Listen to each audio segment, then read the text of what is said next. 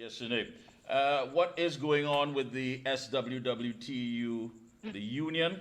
Joining us, we have Assistant Secretary of the Point Lisa's Court Branch, returning, which is Gamala Warner-Seecharan, and Secretary of the Daily Paid Branch, Mr. Wendell Goodridge.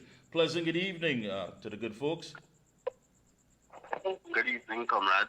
Yes, comrade, good evening. The last time you were here, Ms. Warner-Seecharan, you made it quite clear that you were not going to tolerate any trade union coup. Can you hear me? Hello? Yeah, are you there, Ms. Seecharan? Yes, I'm here. Right. The last time you were here, you made it quite clear that you were not going to tolerate any trade union coup. Where are we at? We're hearing so much information being bandied about. Well, currently, different parties are trying to say that we have an issue with them removing Michael Anizet. And we need to let everybody understand that our issue is not the removal of the President General. Our issue is the removal of the entire Executive Council, which consists not only of the President, but the first, second, third, treasurer, trustee, everyone. The court ruling was only against the President General and not the rest of Executive Council members. And what they did is they held a meeting, not an official meeting, because a general email was just sent inviting two persons only to a meeting, not saying what the agenda is about. So some people were not part of it, where the branch chairman and branch secretary of some branches, and we have no idea who the branches are, made a decision to appoint people, and we have no idea about it. We had to listen to I-95.5 today to hear people saying, not today, sorry, yesterday, to say that they have an interim committee. We are not getting any information from the Secretary General, so everything is up in the air. But let me ask you, as well, Ms. Warner-Seecharan, last time you also said that, and I have to ask you, has there been a conference of delegates or executive elections? No, they say that we cannot have the conference of delegates because the registrars say that our financial statements need to be audited. But the rules still make provisions for a special conference of delegates when there are urgent matters to attend to. So what we are saying, if you consider this matter to be urgent and you need an executive council in the interim, why did you not call a special conference of delegates? Why are you not meeting with us to explain with us what is going on? Why we have to wait for something in the public domain to have a heads up on what's going on? Let me bring in Mr. Goodridge here, Mr. Wendell Goodridge. Mr. Goodridge, it was said in that same interview that she's talking about on the radio, according to the new executive, they have enough branches that are in support of this move.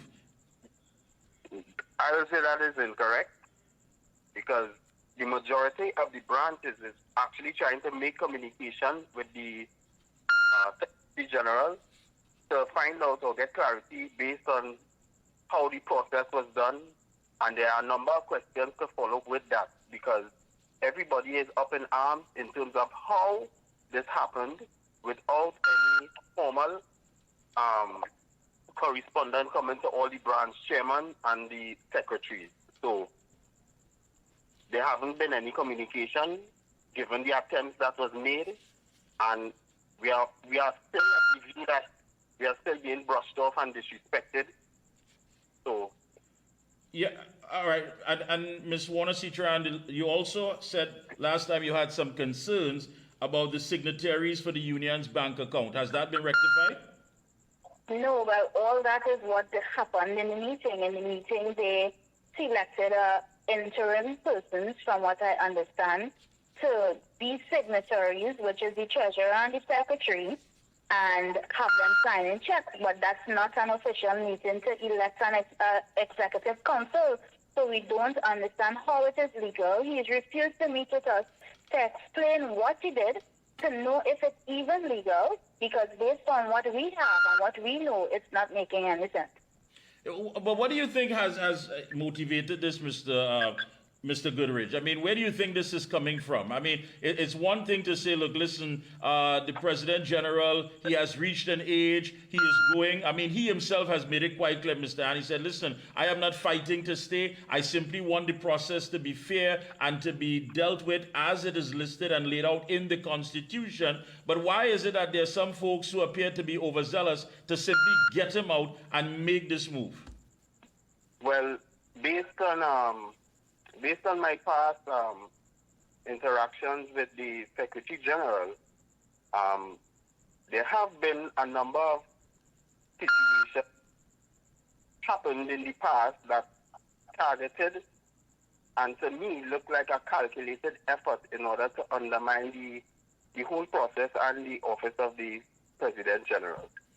Because I would have been one of those persons who used to do a lot of research and gathering a lot of information in terms of how we deal with matters at a branch level with the secretary. But however, most of these times when we have the business of the members to see about it, always end up in a situation where the discussion is based around the president. So to me, it have a little bit of influence played, because at that point in time I was new into the trade union movement and trying to get to understand the ins and outs of in terms of being an officer and stuff like that. So we would need somebody to depend on, but gradually as you see things move, you realize the mirror wasn't so clear and the purpose in terms of where we're supposed to be heading. And let me ask you this, Mr. Goodridge. Let me ask you this, Mr. Goodridge, as well as Ms. Warner-Seecharan. What is the atmosphere like? Give us an idea of the atmosphere among the members, because some are saying that, listen, we don't understand if this is a move that was, orchestrated with some sort of political influence. Because I did ask you the last time, and you said, listen, you're not going to get into that at this point in time. Based on these new developments, Ms. Warner-Seecharan, I have to ask you again, do you believe there's some political influence that's playing out here? I'm really not sure. And I don't want to make an assumption on something that I'm really not sure of. But the fact that he is persistent on not meeting with us, he has made a conscious decision, as in all, or should I say most branches, to go to the Union Hall tomorrow, please God, which is Thursday, for 9 o'clock, and demand that he make his way to the hall and meet with us. They keep saying every time we want to meet with him, he have a meeting, he have a meeting. This is the most urgent meeting of the union. So you can't have no meeting with no type of management concerning our business when we don't even have the business sorted out. So to me, you're supposed to cancel any meeting and make it your business to sit with us. So we are going down there in our numbers tomorrow morning and demand that he make himself available to answer the questions that we have. And you're saying... So, go ahead. 9 o'clock where exactly? At the Union Hall on Wrightson Road. All right, and you're going to go down there, and of course, the mere fact that there has been no meeting, there has no conference of delegates, but yet still there's enough time to be on the radio to lay out the agenda for this new executive that has come in, and that's a bit unfair. I mean, so you guys remain in the dark. What do you expect to accomplish after all is said and done tomorrow at that meeting at 9 a.m.? Well, what we hope to accomplish is to actually know what's going on and have things done the right way, because we cannot say that things was being done unconstitutional all the time, but yet still the changes that were made is still considered to be unconstitutional. People keep saying that there's only one person talking and therefore it's only one branch. I have someone on the line with Wendell and I here. He's with me here. His name is Kevin Allen. He's also the chairman of the daily page. So chairman and secretary is on the line with you here too, Kevin and Wendell. So Kevin has an input as well. Kevin, let me ask you, I did ask this question to Wendell, perhaps you can expand on it. We're being told by the new executive that they have enough branches that are in support of this move. Is that true?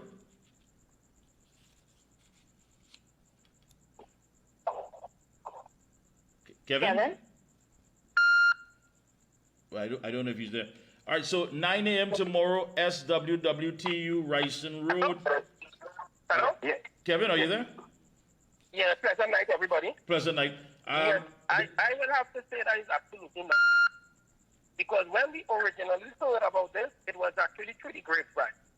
We were hearing little shoo-shooing going on here and there, and I personally picked up the phone a day and called the Secretary General and asked him, Mr. Morris, was there something that was in the Union Hall Saturday that the branches don't know about? He refused to answer. I asked him 3 times. And on the 3rd time, he mentioned to me that the chairman of the branches signed a document giving him permission to use the report. I said, well, if that is my chairman, I said, then my chairman will have some answering to do, because we had no meeting to discuss anything as a branch for my chairman to be able to put a signature on a document representing the branch, which means he's representing also. That is misrepresentation of the branch as far as I understand. Right? We asked him several times and he keeps saying yes. And he even had a meeting in the Union Hall one time, and in the presence of my chairman, I asked her, and we had a separate branch meeting via the WhatsApp medium, and we asked several questions, and it was answered in the negative that she don't know anything about this. So this is news to me, the fact that my branch chairman put her document, and the branch is in the dark about it.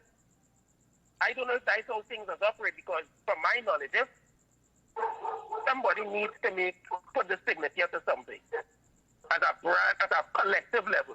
Putting a signature to that, you're not representing yourself and you're representing the branch. And if the branch don't know about it, I don't know how that could be legal. Yeah, but Kevin and of course Gamala and Wendell, for all of us who are on the outside looking in, we are asking, but the union has a constitution. How did it get to this point? There's a constitution. How is someone being allowed to circumvent the constitution, get around that, and just start putting things and implementing new policies and new executive members? And I would like to second something that Mr. Goodridge mentioned earlier. When we originally got into this thing, we were there with Mr. Morris. We have to do things and we have to make changes, and we were all part of that. We bought into that. But my whole issue with it is, he had a fixation with Mr. Anizet, and I made it perfectly clear. I said our position supposed to be to change the executive, put in young people, and leave Michael Anizet at the helm, because what he does, he's a master at what he does. Put Michael Anizet there and use him to do our business, because as I said, he's a master. But then I realized that we're going on a different road with Mr. Morris, and everything is Mr. Michael Anizet. Then one day he told me that, comrade, I realized I don't have your support in what? I said, well, my support in what? Because I use your office as general, and I also use Michael's office. When I need assistance with letter writing, we come to you. When we need things with the heavy lifting, we go to Michael, because he's present, and the authority and the knowledge that Mr. Michael Anizet has is second to none. And I will say that again. The knowledge, the presence, and the authority that Mr. Michael Anizet has, he is second to none. Because I've been in meetings with Mr. Michael Anizet, and I've been into meetings with Mr. Morris. If Michael Anizet speaks for 2 hours, he will speak for 2 hours uninterrupted. And I have seen how management deals with Mr. Morris. So if people want to feel that they could come, and I really want to answer the political question, but I will hold my tongue concerning it. Yeah, I noticed that everyone is holding their tongue on the political question. All right, listen, really and truly, tomorrow, 9 a.m., please go ahead, Ms. Warner-Seecharan. Tell the folks, members that are listening, go ahead, what do you expect tomorrow?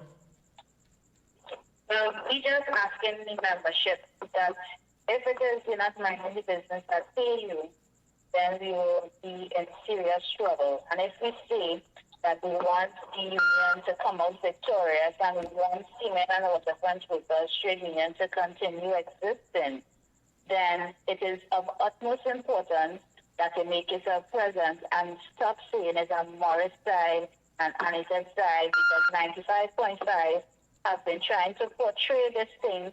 We go here Anizet side, and they were successful in removing stop saying that, because we're not picking a side here.